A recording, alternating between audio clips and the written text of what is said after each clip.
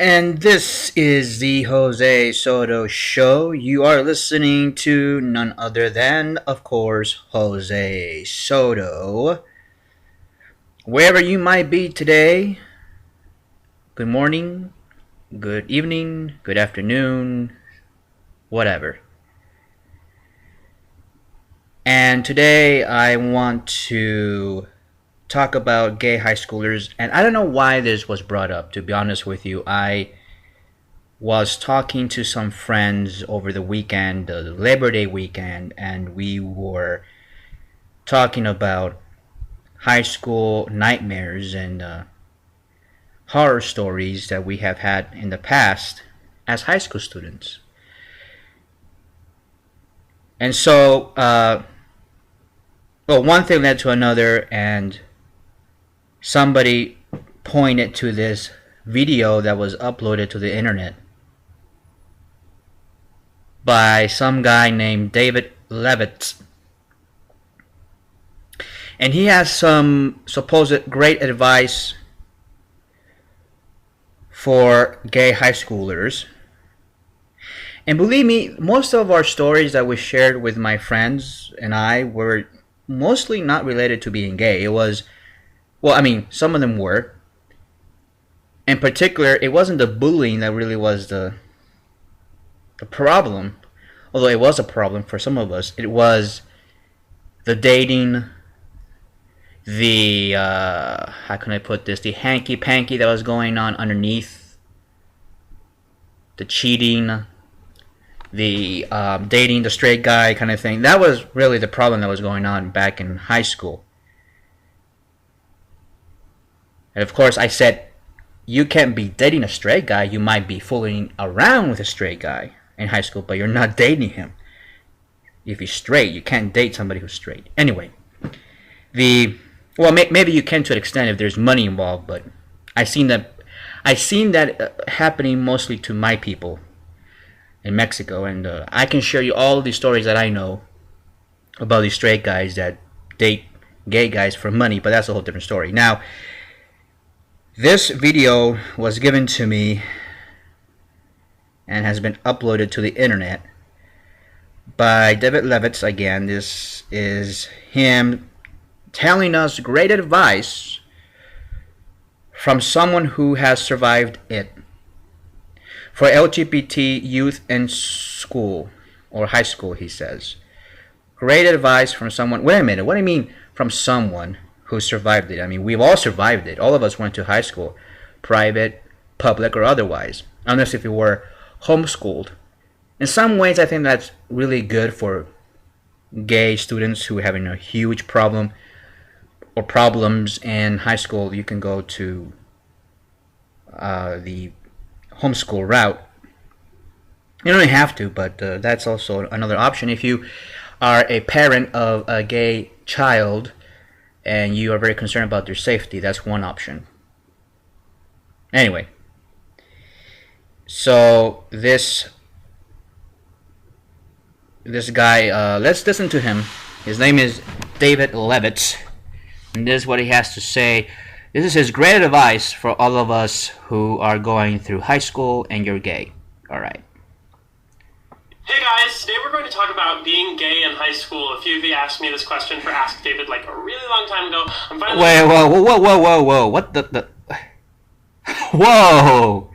Slow down there, Buck. Hi guys! What did I just... I just pressed a button here and all of a sudden, boom! He's already done to the first paragraph. I mean, I'm just... Wait. Oh, wow. This guy must be high on something. Red Bull, probably. No, he's not that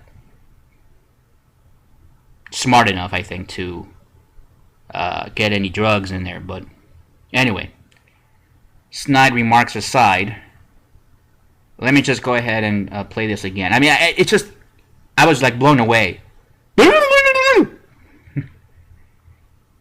And if you are somebody that's going through a lot of shit in high school, I don't know if you can stand this shit. Believe it or not. Okay, let's play this again. Let's see if we can actually listen to this sound. Hey guys, today we're going to talk about being gay in high school. A few of you asked me this question for Ask David like a really long time ago. I don't know. I mean, who has asked David Levitz? I mean, people ask me all the time. And I don't really, I mean, that's one issue that I never really paid attention to because, I don't know, I'm not in high school anymore. So maybe if you have a gay high schooler that has a TV show or a radio show or an online radio show like mine, then probably you can talk to that person. But Mr. Levitz here, David Levitz, he's going to let you know. Alright. Getting to it, I wanted to make a whole video about it because it's a good topic. So here we go. The biggest thing that I have to say about being gay in high school or in middle school or whatever is that it's just a giant waiting game. I came out when I was 11, which was like really early. Basically, what the hell? He came out when he was 11? Wow. I mean, how do you know if you're gay at that age? I know that there are transgender kids at that age who have this gender identity dysphoria, whatever you want to call it, disorder, I don't care, but they're trans. And I remember when I was a little kid that we had a trans kid in our class. Nobody really made a big deal about it. And that was back in second grade, I remember.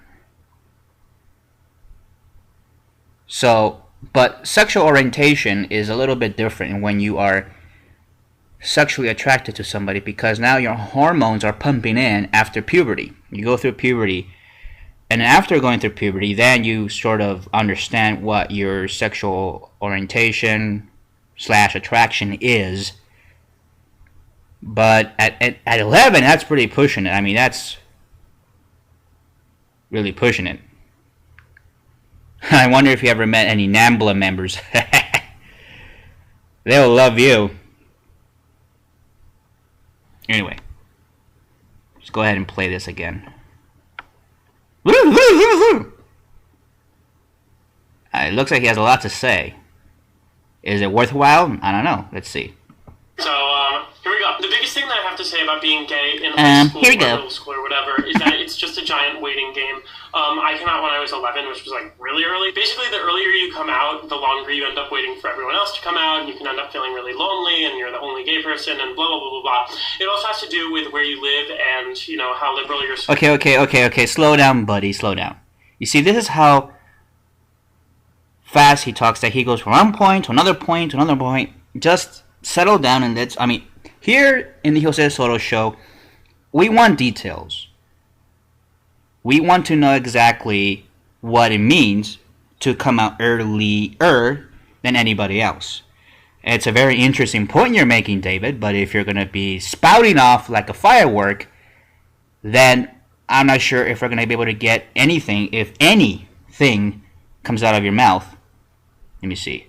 So he says, I wrote down some points here. I mean, I'm trying to keep up with this Red Bull hyped up preppy little kid. Now here's what he says. First of all, coming out during an early age before everybody else can be a problem, and that is actually true, because at 11 years old, most of us kids were not thinking about sex, sexual attractions, or anything like that. Maybe curiosity.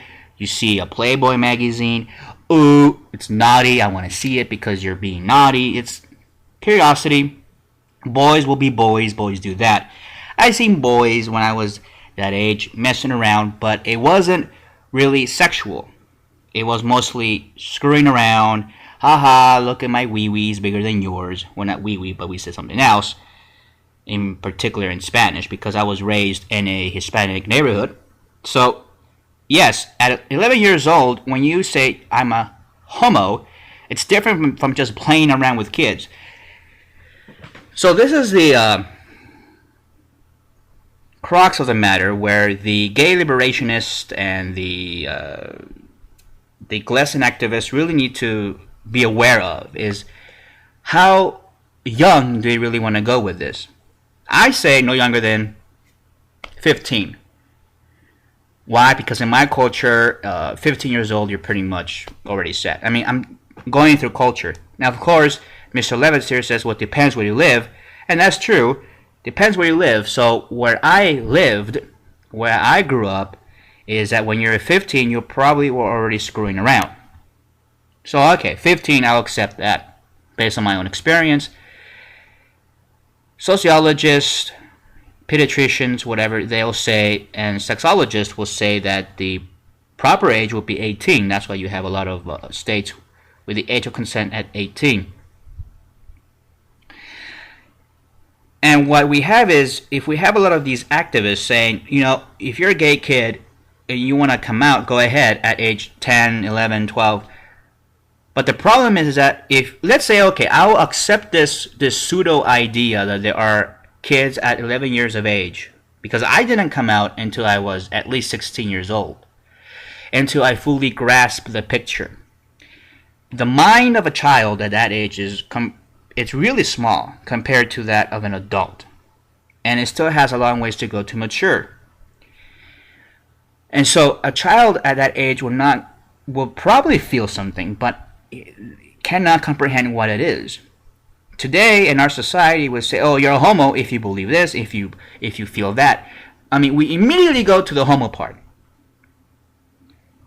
And that's what I really don't like about these coming out campaigns and these other campaigns and advocacy groups are saying, oh, if you even think about a guy in a sexual way, or even not in a sexual way, but in a curious way, you're a homo. No. What have I said before on this show? For those of you that listen to the show, you know what I mean when I say homo. A homo is a person, particularly a male, who likes to have a penis in his anus and or a penis in his mouth, and is sexually romantically attracted to people of the same sex, men, has romantic fantasies about being with another man, being treated like a woman, etc., etc. But I'm not that fully, can I say it about myself, I'm not fully that homo. Okay, I'm not, I don't want to be treated like a woman, I just want to be treated like a person. But there are, of course, feminized gay men that want to be treated like a woman, and they act like women and all that. So, at that age, when you're 11, you cannot really feel any of these other details or intricacies that come out when you get older. So, at 11 years old, when you say, I'm gay or I'm a homo, what does that mean to an 11-year-old? It doesn't mean anything. These are just words. And I don't know. I don't believe that you can have somebody at 11 years old saying this. You can't. And maybe you feel something. And believe me, when I was 10 years old, I did have fantasies about kissing boys and all that. But it wasn't sexual. You see what I'm saying? It wasn't sexual. I didn't want a dick up my ass at 11 years old. Because that's kind of creepy, isn't it? A little bit.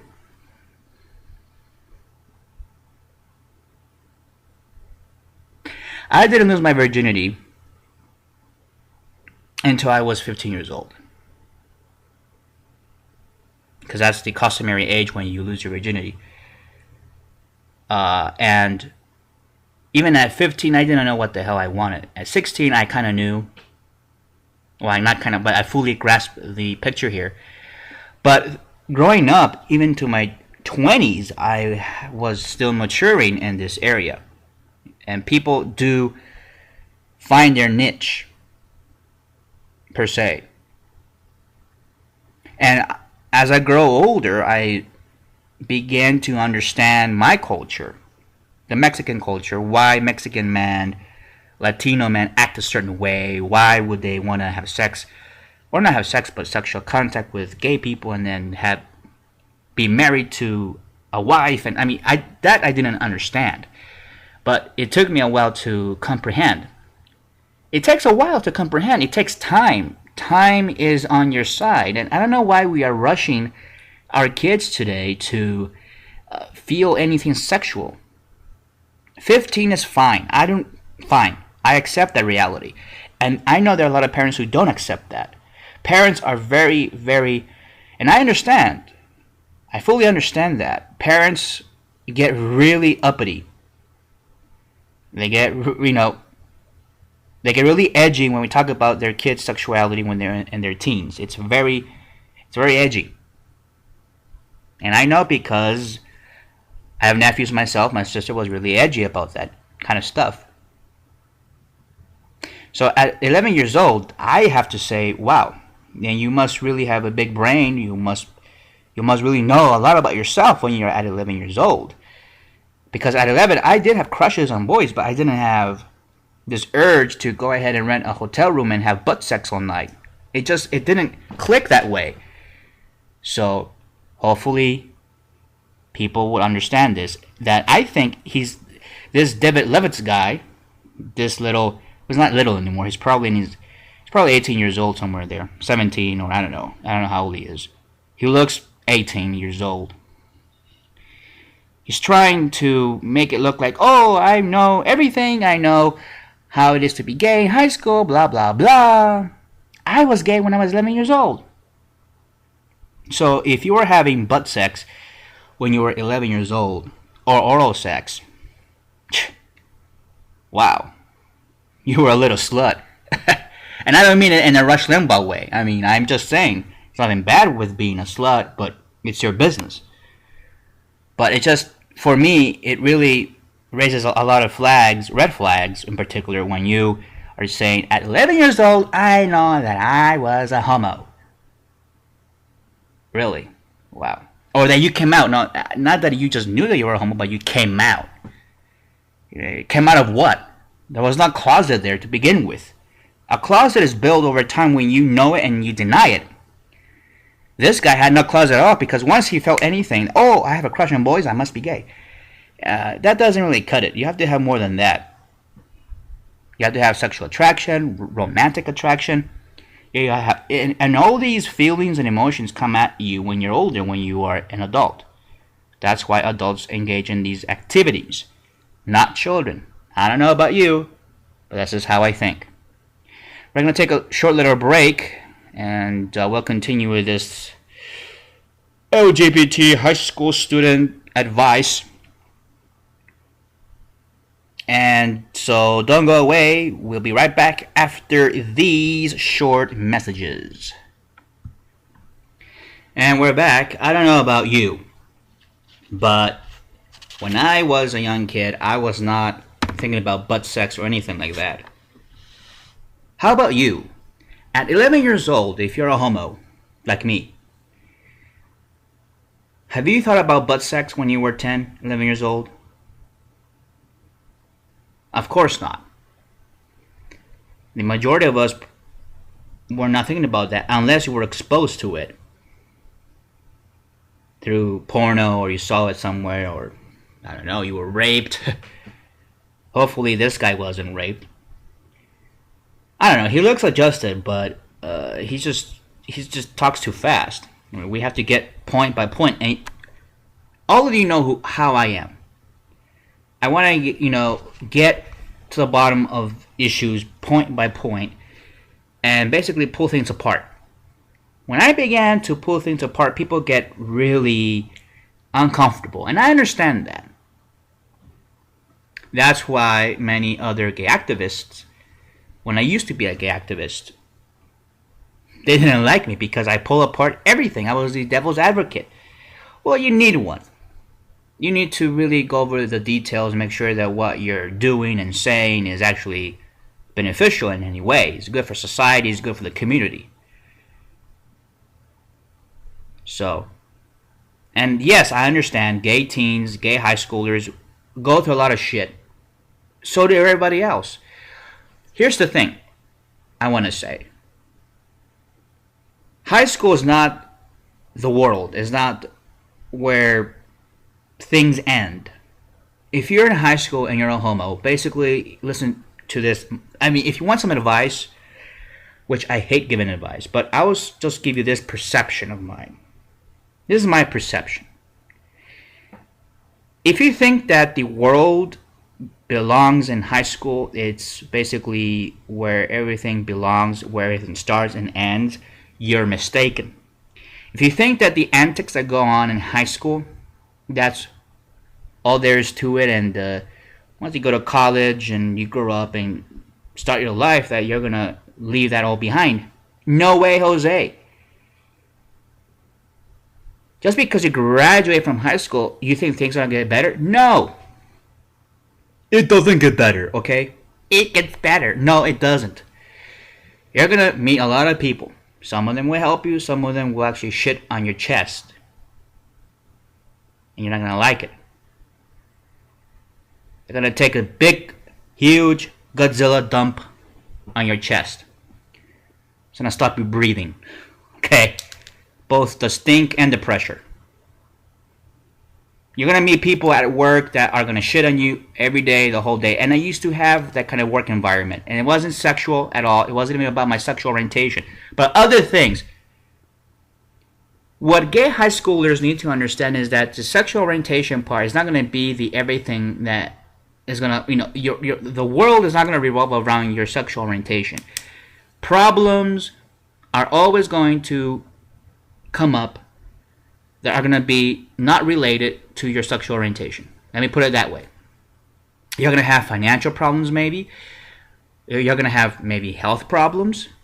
You're going to have family problems with your parents. It may not even be due to your sexual orientation. Maybe your parents are thinking about divorcing. Maybe they're going to lose one of your kids to college, and they don't like the college that your sibling is going to go to, and so they get into a fight. Your sibling says, the hell with this, fuck you guys, and he leaves. Or she leaves. Family problems always add stress to anybody. So there's always going to be stressors in life, and you just have to admit to that. Accept that reality. Once you accept it, now you have options. You can either deal with it or do something to evoke change within the society at large.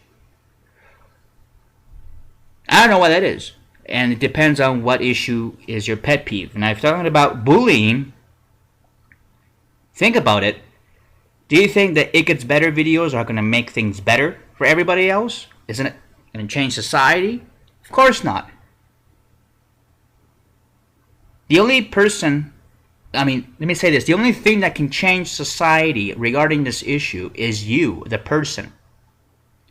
Because a person is capable of many things. A video is not.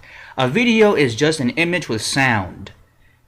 And it's up to you, it's up to me, it's up to everybody else to educate ourselves, then willpower and action upon the issue. You get it? No? Too bad.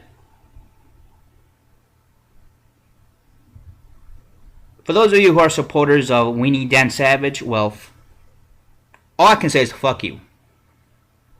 You don't get it. And I mean it in a nice way. I don't mean it in a derogatory way. I don't say, oh, fuck you off and you're worthless to me. No, fuck you and really think about this.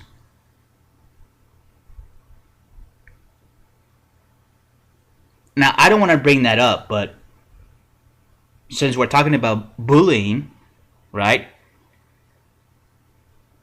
Dan Savage is going to get an award. Oh, another Emmy. Second time. Número dos. He's going to get another Emmy for doing nothing. He's going to get another Emmy even though there are increasing suicides. And let me tell you something. This is for the... How can I put this? This is for every gay and lesbian high schooler out there. I understand that shit is really bad. I do. It's not that, oh, I remember everything that happened in high school. In fact, most of my high school memories are gone. I don't even remember most of my high school time. I don't. So, what I have for you is compassion. And that's all you pretty much need. You don't need advice. You know what to do. And we all know what not to do. Don't go crazy. Don't do stupid things like suicide or any of that crap. Because we all know that you're all better than that. And you owe it to yourselves and you owe it to the community not to do stupid shit like that. Alright? I don't need to tell you advice. This is what you should do. I can offer you my opinion. I can offer you my experience. But I cannot tell you what to do. Because if shit hits the fan, and I give you bad advice, guess what? I'm the bad guy. I want you to take responsibility for yourself and your own actions. Now, if you don't know what to do, oh my God, high school is really bad, I don't know what to do with myself, then you have to restart your perception, your paradigm. That I will say. Your paradigm has to be restarted. You're going to have to say, what is really bad? Why don't you do this? Why don't you get out a piece of paper, draw a line in the middle of the paper, right? Make 2 columns, and 1 column, write down all the bad shit that's going on in your school. List it out. Bullying counts as 1 item. Don't tell me, oh, well, Jerry Olsen, he bullies me. Jack McCartney, he bullies me. Blah, blah, blah, bullies me. No. Bullying counts as 1. Then add another issue that is making your life miserable. What is it? What, homework is too much? Then add, on the next column, the good things that are happening in high school. Well, I have a best friend. I'm dating a guy. I blew a guy off in the parking lot. I don't know. And you're gonna see that pretty much it's even. It's just you pay too much attention to the bad stuff. And that's what I do sometimes. Sometimes I have to make my columns. And I do that sometimes. And where did I learn that is, I don't know, where did I pick this up? Somebody told me about this. And then I taught it to this gay activist group. And I said, because there were huge problems there. And I said, look, let's just add what's bad and what's good. And you'll see that we're going to be even. It's not really a big issue, but they made it a big issue anyway. And they couldn't, they thought that they were being Glenn Becked, like I was trying to treat them like little high school children with my little chalkboard. I wasn't doing that. And I don't want to do that. But there are people like this David Levitz who unfortunately are kind of Glenn Beckish. And I'm telling you, this is how you do it. Well, his advice is based on his experience. And now he sort of regrets you shouldn't come out when it's too early. And yeah, that's basically true. In fact, I would say it's a psychological reality. You cannot just come out because you saw it on television. Just because you see a guy on television driving off a cliff doesn't mean that you can do it too. No. Maybe when you grow up and you become a stunt devil, maybe you can do that. You see, kids today, what kids need today are not role models. What they need is attention from adults, in particular parents. Parents need to be more involved with their kids. Right now, what we have today is an overworked society thanks to the political system, the elitist oligarchs who run our country, who work us off like a bunch of donkeys. Thanks to them, we have a society in which both parents work. Mom is now working 2 jobs. Dad is working 2 jobs. In a perfect world, we should only work 3 days a week. That would be full time. And you get a nice wage. That used to be the model. That used to be the American model. Well, there weren't people working 3 days, but that was what our ancestors, our predecessors of this country really worked towards, was to have a good lifestyle. But today we don't have that luxury. It was all destroyed since the 1960s and the 70s. It's been destroyed economically. There's a war. Yes, I would agree. There is a war against the family. But it's not the kind of war that you think, you naive social conservative. Ooh, it's the gays. The gays want to destroy the family. No, you dumbass. Before I slap you across the face, wake up, smell the coffee. What's destroying the family is economic disparity and austerity. When you force both parents to work full-time, that is the destruction of the family, right there. And I can prove it to you within my culture, where I have to be raising other people's kids. Well, because Jose doesn't have any kids. Right now, I'm raising like 12 kids. I call him every day, I visit him, and it just... Why? Because their parents are working. And I don't blame the parents too much. It's just that's how we are. That's the environment that we're in. There is an attack against our economic prosperity. That means that parents have to work more. That means kids are without any parental supervision or parental guidance. That they have to resort to getting advice from people like David Levitz. Or worst off, some guy they met off the internet or in a chat room or somewhere. On Grindr. Well, you have to be 18 and over to use Grindr, but that doesn't stop people like David Levitz or anybody else. No, of course not. Anyway, let's take a short little break right now. I am trying to gather my thoughts here, and we'll talk more about gay high schoolers and how it is to be in high school being gay, and we'll talk about what Mr. Levitz wants to say. We'll play that again and try to decipher his little fast forward rant, trying to capture every point that he's trying to make. We'll do that after the break, so stay tuned. This is the Jose Soto Show. You're listening to Jose Soto, and we'll be right back. So I'll try to really bring you the entire picture together.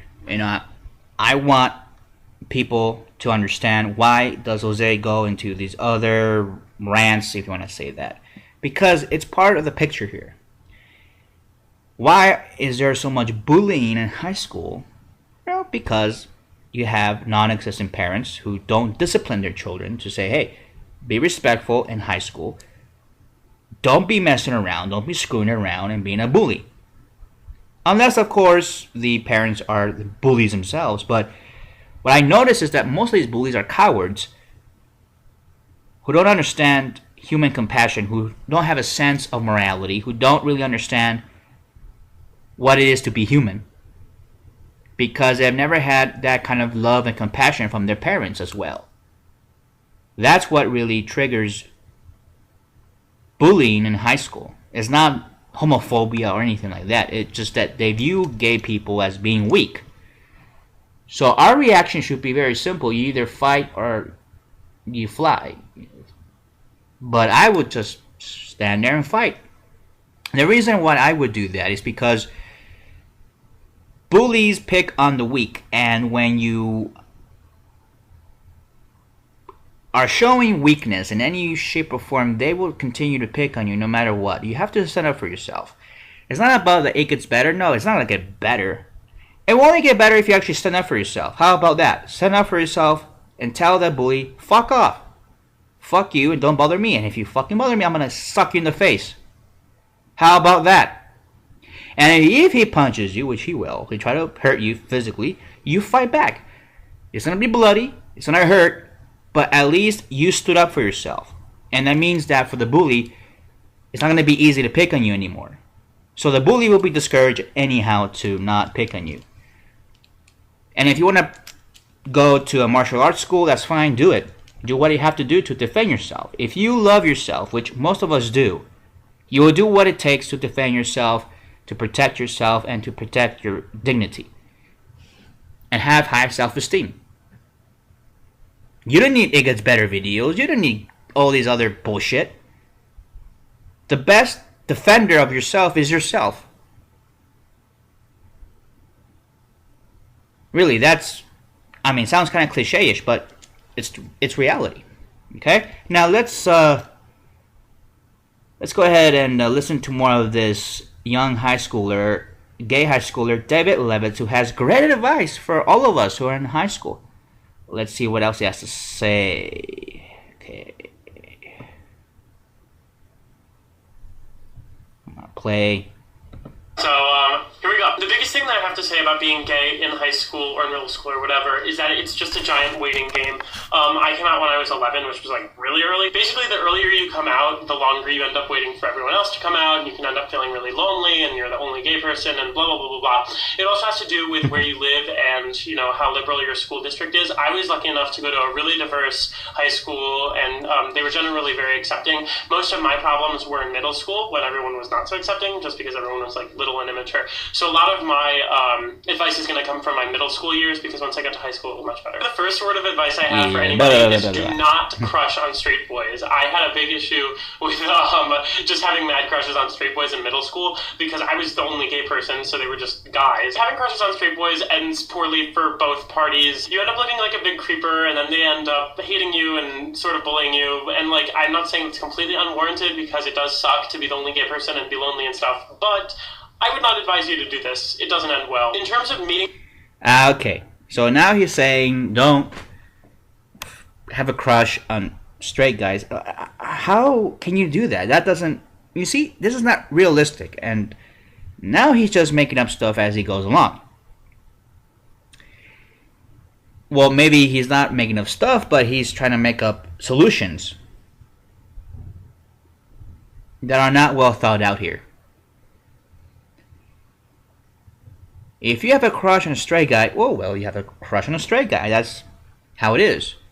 And there are ways to find out if you can fool around with that straight guy or not. And I've done that before. And believe me, half of the straight guys that I had crushes on, I ended up messing around with them because I had my ways of doing it. But the other half, I didn't work out, so it didn't work out. But I never actually said, yeah, I'm a homo and I really want to screw around with you. No, there are other ways, and I'm not going to get into that, of how to lure straight guys. That basically, I wasn't really proud of that back then. But if you have a crush on a straight guy, well, too bad. That's just life. That's being a human with hormones and emotions. And if you're wired that way, if you're a homo, you're going to fall in love. You're going to have, not fall in love, you're going to have a crush on straight guys. And all you can do is either control your behavior, control your actions. Now, if you're in a high school that was pretty, I would say, I don't know, conservative, what is it, red these days, that's what we say now. Because in the past, red meant communism. Now, red today means conservatism. You gotta love this play on colors and words that the elitists use upon the public. It's really interesting. But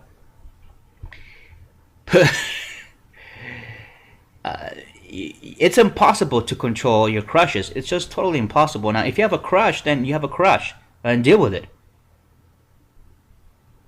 I had crushes on guys that never I did anything to them, because I know that the situation was I wasn't gonna be able to do anything, not even hang out with the guy, or go out to the mall or anything. No.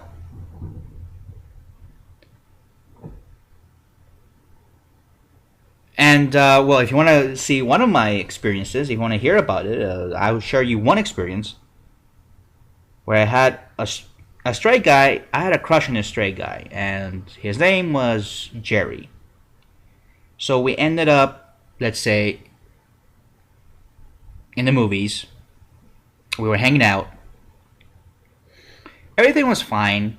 I did have a crush on him, and he was pretty attractive. He was very, very nice. He's the most nicest guy, besides my boyfriend that I had after him, who also was named Jerry. I had two Jerrys in high school. And he was very nice. He paid for my ice cream and everything. And we went back to my house. And then I was gonna say bye and everything, and I was kind of acting like a girl in a way, and it was pretty noticeable what was going on. So he said, "Look, you have a crush on me, huh?" And just came out and he asked right away if I had a crush on him, and I just was caught right there, and I said, "Yeah, I did. I do have a crush on you." And he said, "I'm straight. I'm dating a girl and everything, but if you want, we can just screw around a little bit." And he told me what he wanted me to do on him. So we went inside my house. I rushed right away, and we did it. But afterwards, he said to keep it within ourselves. I mean, that's my little story there. And we only did it once. That was it. He was curious about it. He later on, after I met him after high school, we talked about it. We met at a bar, and by then he was already married. Now he had kids and everything. And he said, "Why did you had a crush on me?" Because he thinks that he's ugly. Well, he wasn't that ugly. He was kind of cute in a way. And I said, "You were just attractive to me."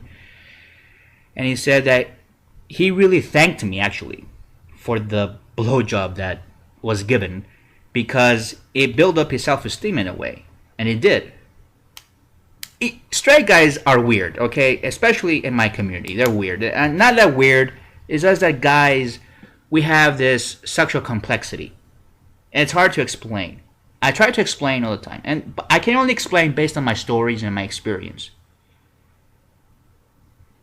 But he was able to do it.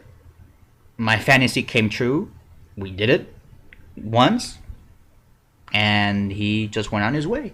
And he made me promise not to say anything to anybody. And sure, it's just between us. That's it. It's over. It's done. And my crush on him kind of went away a little bit after that. Once I got to see everything, And he was pretty hung, by the way. He was pretty large. And I didn't want to, go the extra mile. I didn't want to do the anal thing, because back then I was really, still to this day, I have this thing about the anus. I don't really, it's not OCD, but it's something like I'm just really disgusted by even touching my asshole. And I know there are other homos out there that say, "What do you mean?" It's just me, okay? It's just me.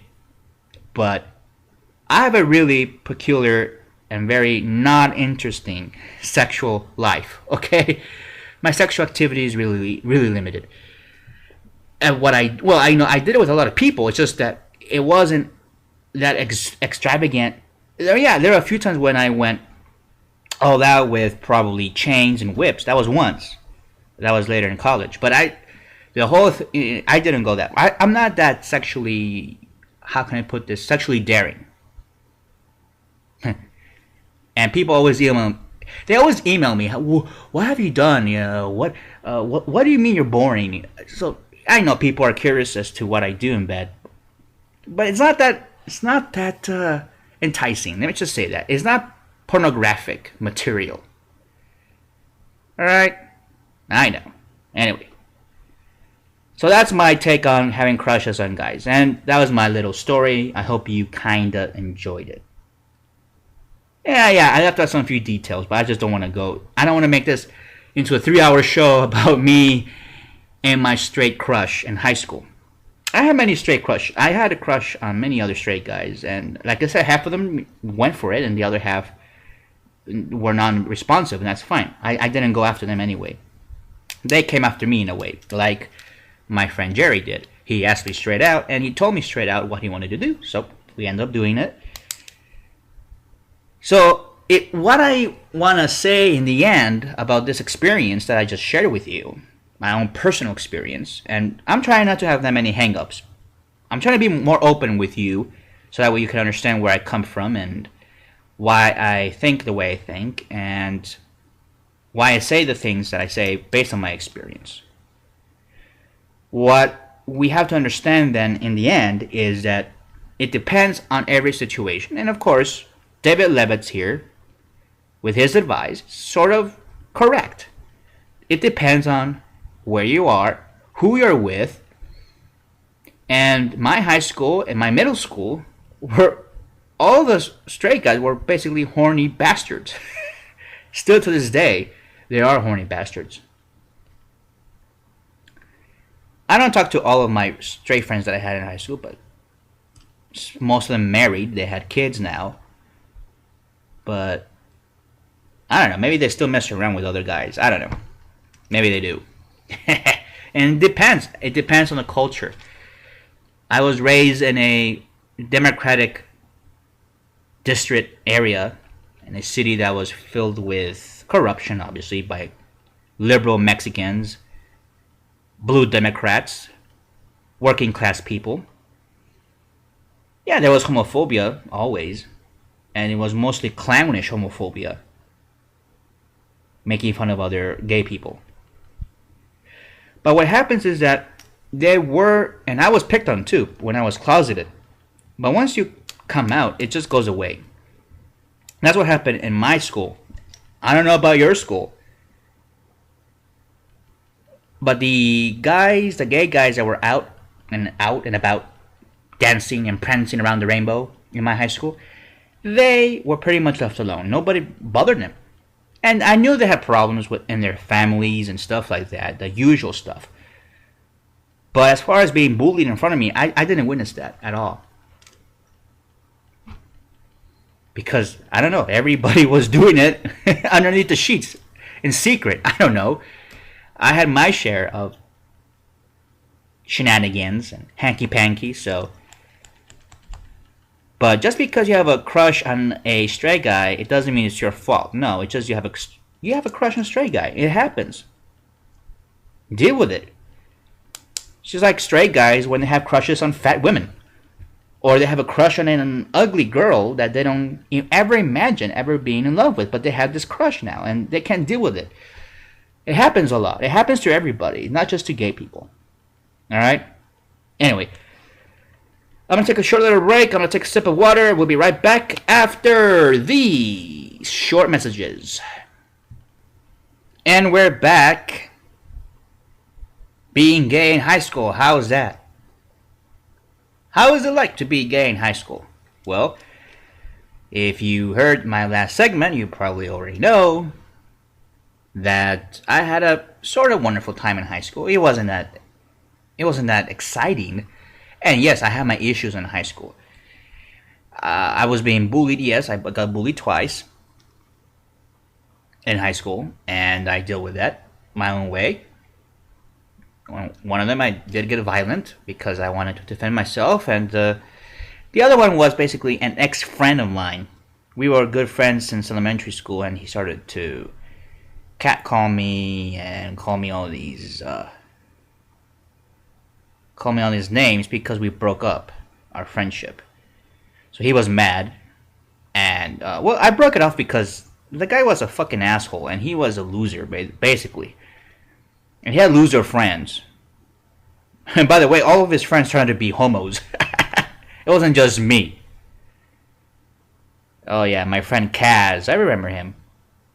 He was part of the clique. Well, not clique, it was a small little group of guys. So I joined another group. You know what I mean. When you're in high school, you have your little group of friends, if you have friends.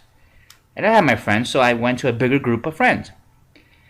And I got accepted by them, and they were like, yeah, come hang out with us, dude. So I went and I hang out with them. And my friend got really pissed. He said, why are you hanging out with them? And then we stopped hanging out. But he was a little weenie, and he reminded me of Dan Savage in a way.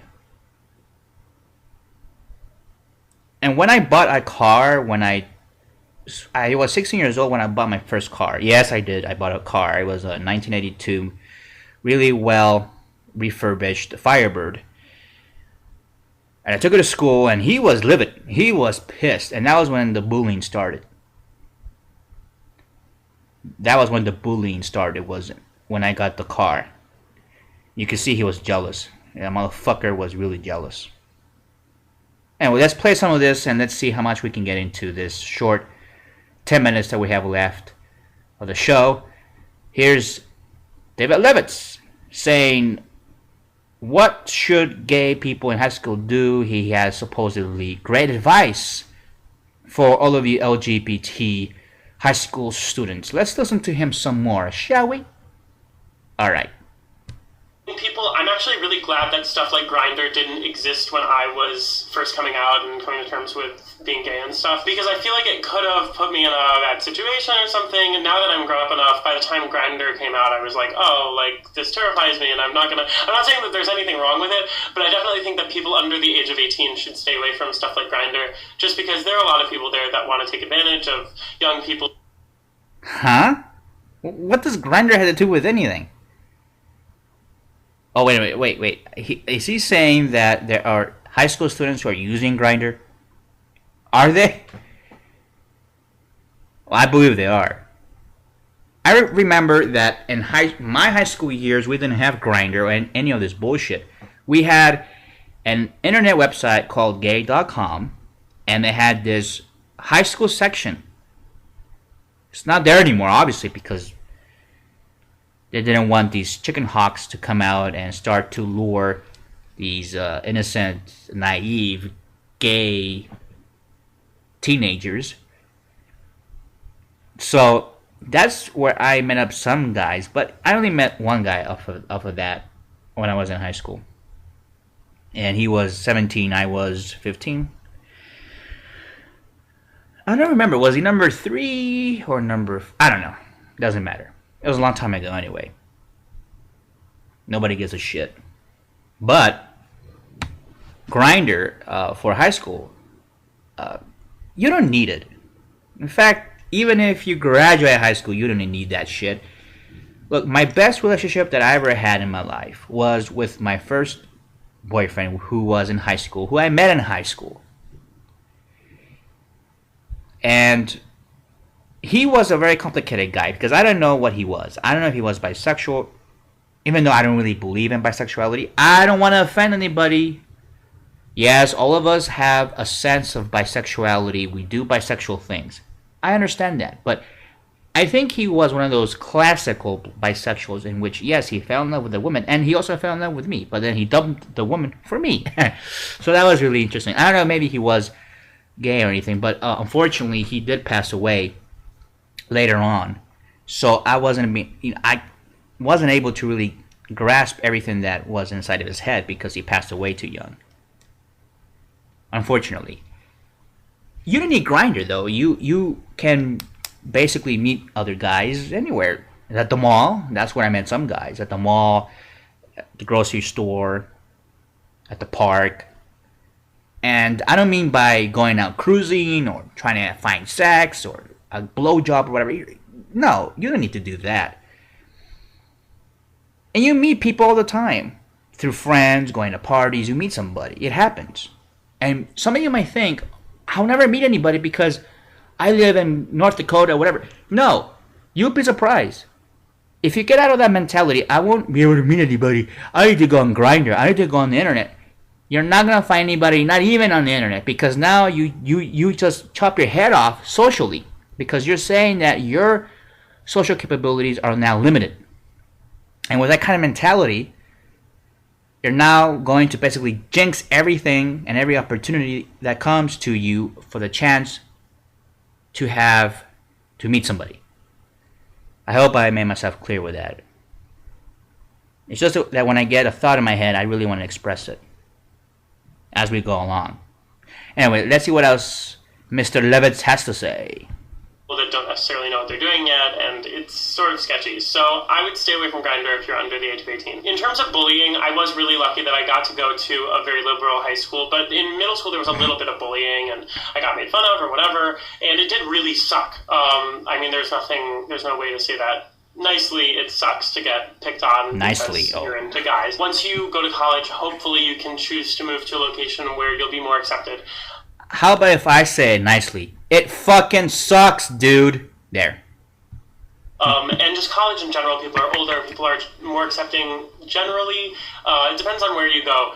but hopefully after high school you can move somewhere where you are more accepted. I know that a lot of people in high school who don't necessarily have other gay people in the area turn to places like YouTube, which actually, it sounds cheesy, but YouTube is a great community. A lot of my YouTube friends sort of turn to the website and the community and everything as a way to meet more gay people and have gay friends. I think that, if you can get to know someone at the other... I don't think so. I think that's not really... if he's going to give you great advice, this is not really great advice. Maybe for some of you, not all of you. Whenever I tell people this is what I would do, instead of advice, well, that's the way I word it, I always try to put exclamations, or not exclamations. I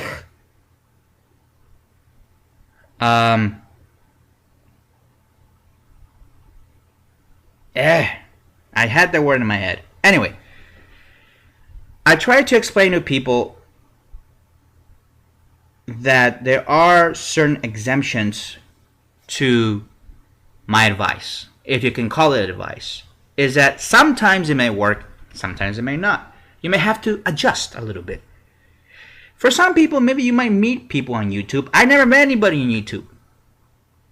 At one point, I had 2,000 videos in my other account, and I haven't met anybody, and I just shut off that account the other day. So, I don't know if that is really a good advice. It's an advice, but is it good? I don't know. To be honest with you, I never met anybody on YouTube. That's my experience. So it's not like this advice is generic and it's actually applicable to everybody, and it's not. So, see what else he says. But no. On YouTube, I'm on YouTube all the time. I never meet anybody. Unless if you make videos of like, maybe it's me, right? Because I'm very general in my videos. This is a national show, or an actually international show. Anybody that speaks English can listen to the show. But maybe if you make like a local video about, look at me, I'm gay, I live in whatever, I live in Oceanside, California, and this is my house, this is my parents, this is my little dog, Petey. Petey. I've seen videos like that, believe me. And no, it doesn't make me want to date you or anything like that. Anyway, let's see. Let's just take one more little snippet of this video, see what else he has to say. End of the country, and it's available to you. I think that's what's great about our generation, is that everyone can sort of be part of this global community on the internet, and it's awesome. If you want to start making videos, if you don't want to, if you just want to like join in whatever, there's Tumblr, there's like other social network sites that have a lot of people and people with your interests, and I don't know. It's been a great outlet for me. It's been a great outlet for a bunch of gay teens. I also have to say that I know in high school, especially being a gay person, it seems like the only thing that's important is getting a boyfriend or making gay friends or, whatever. And All right. No, it's not that important. And be honest with you, even though it's a fantasy for some gay guys to have a boyfriend, you have to sometimes meet that fantasy with reality.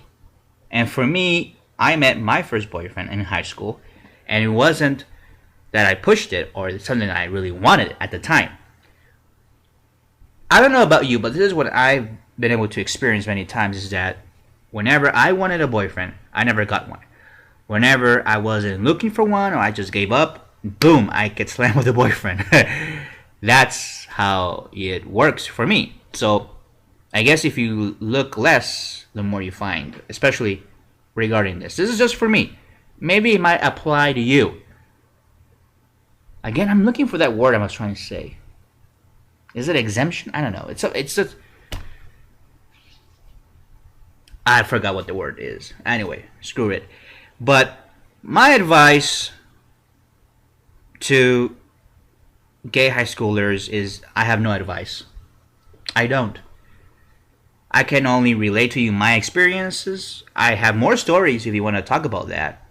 Maybe later on I'll share with you in a show all of my stories, my most memorable stories in high school, and I will share those with you some other time.